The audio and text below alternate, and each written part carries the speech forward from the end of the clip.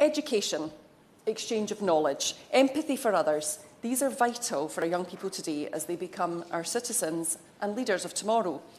This is what the Turing scheme says it aims to provide, as indeed did the Erasmus scheme, which we have now sadly lost as a result of the government's Brexit deal that removed the scheme at an unexpectedly late stage in negotiations. But the Turing scheme is now what we have. I want those in education in North East Fife and everywhere else to benefit for it and for it to work as well as possible. As a Scottish MP, I'd like to see the Scottish Government move forward beyond their pilot to replace the Erasmus scheme, and as the Welsh Government have done with TAFE, just get on with it. But as an adherent of schemes that allow our young people to travel, it is with regret that I'm now going to start listing all the ways that the Turing scheme currently isn't working. We start with the funding cycle. On a very basic level, if a student is going to travel abroad for study or work experience, then you would expect that funding to be in place before they go. But that does not appear to be the case. And I will give the example of one of my constituents, Aria, who's a student at St Andrews University. And I'll be clear, her case is not an anomaly, but this is the experience of pretty much every student.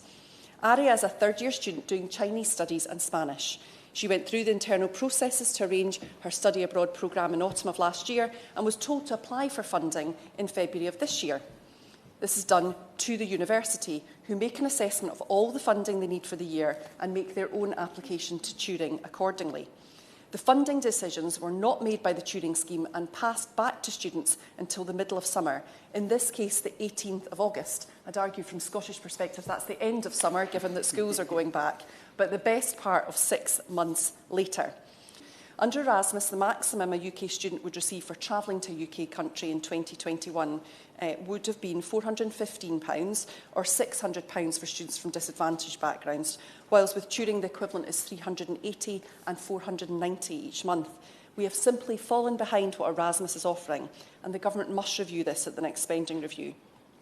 Which, Mr Betts, brings me nicely on to noting that Turing funding is only guaranteed until the 2025 spending review.